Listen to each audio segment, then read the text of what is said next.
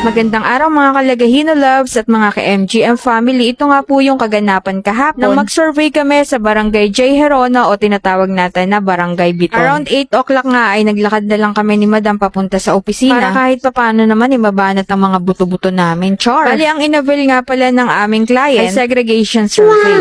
Kaya maraming salamat ma'am sa tiwala. Pinagkatiwala nyo sa amin ang servisyo na ialtas ang lupa na inyong nabili. At ilang minuto pa nga lang ang nakaraan ay eto nakarating na kaagad kami sa opisina. Bali kami lang palang 5 ang magkakasama kahapon. Kaya naman, pagdating namin ay wala na kaming sinayang na oras at naglagay na kami ng mga gamit sa sasakyan. Medyo may konting pag-ampon nga pala kahapon pero hindi naman bumugso yung malakas na ulan. Nung natapos na nga pala kaming maglagay ng mga gamit sa sasakyan ay inayos ko muna o inasikaso ko yung mga halaman dahil yung iba ay malalaki na, especially yung mga sili ay natutumba na, kaya nilagyan ko sila ng mga patpat para tuluyang makatayo at hindi na matumba. Wala pa lang kasi kaming time para ilipat ito sa malalaking paso. At wala pa rin kaming sapat na lupa para gamitin upang ilagay namin sa mga paso at tuluyan na itong mamunga at lumaki. Kung siguro nasubaybayan ninyo yung mga nauna naming video, mayroon ako doon na video na in-upload na nagtatanim kami ni Madam. Diba ang lalaki na nila, parang kailan lang namin itinanim ni Madam to, pero yung iba kasi namatay. Medyo nakakalungkot kasi yung mga namatay ay yung pechay at yung radish. At meron din namang hindi tumubo. At ayun nga, pagkatapos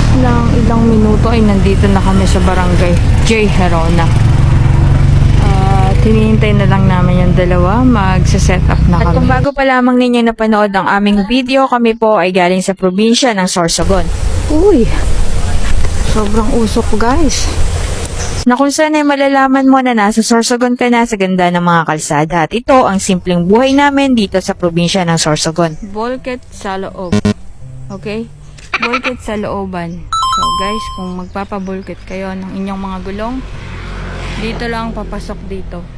Pag sa somewhere dyan na butas ang gulong ninyo or dito sa may bandang papunta sa Marinab, mayroon na tayo dito. At ayun nga, pwede kayo dyan magpa-vulcanize kay kuya dyan sa daan papunta sa baba. Mabilis lang pong makita ang kanilang bahay. Sundan nyo lang tong aking tinatahak na daan. Dahil dito po ang tamang daan tungo sa tagumpay na buhay. Char! Ano daw?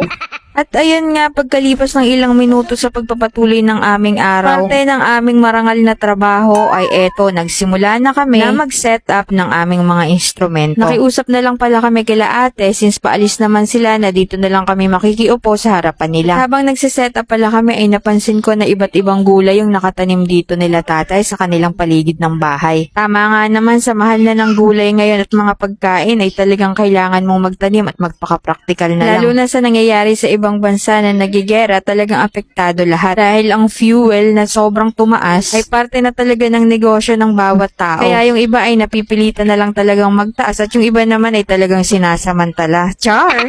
At ayun na nga, sa puntong ito ng aming buhay, baka kung saan pa mapunta ang topic. Ay eto, nagpwesto na sila ng tripod para masimulan na ang ritual este, ang survey.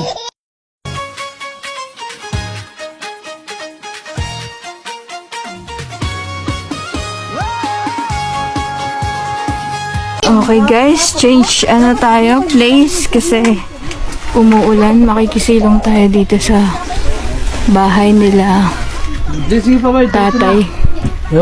Ay, may ginagawa. Tita! Tita na yan! Meron din pala kaming makulit na kasamang bata kahapon. Dahil ngayon pa lang po ay tinuturuan na siyang mag-survey ng lupa. Charot! At dahil nga nagutom na kami ni Madam at nagugutom na rin ang makulit na bagets, ay bumili muna kami dito sa malapit na tindahan. Di naman kalayuan kaya naglakad na lang kaming tatlo. Drinks, ano po kayo? Water? Water? Sito? Tatlo, ang maliliit. Hey, Baba! Manje! Baby! Ay, ano gusto mo? Awa. Ano sa'yo? Okay? Ma'am? Ano sa'yo? Dalawang kaya.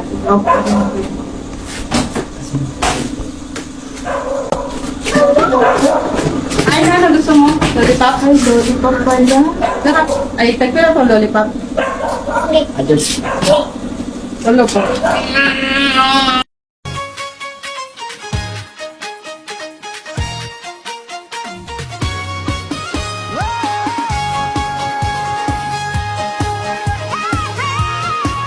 At kung nakaabot po kayo sa puntong ito ng aming video ay maraming salamat at po. At advance salamat na rin po sa mga magpa-follow pa lamang. So paano po hanggang sa muli, sana masaya ang araw nyo at huwag kalimutang umiti, huwag kalimutang mag-like, share, comment, and follow. Bye! Masaya kahit